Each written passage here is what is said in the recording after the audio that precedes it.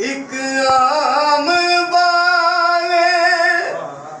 ਇੱਕ ਹਾਸ ਵਾਲੇ ਇੱਕ ਆਮ ਵਾਲੇ ਇੱਕ ਹਾਸ ਵਾਲੇ ਜਿਹੜਾ ਹਾਸ ਵਾਲੇ ਜ਼ਹਰਾ ਦਾ ਜਿਹੜਾ ਹਾਸ ਵਾਲੇ ਜ਼ਹਰਾ ਉਹਨੇ ਤੇ ਚੜ ਕੇ ਕੁਰਾਨ ਸੁਣਾਏ ਬੇਸ਼ੱਕ ਨੇਜ਼ੇ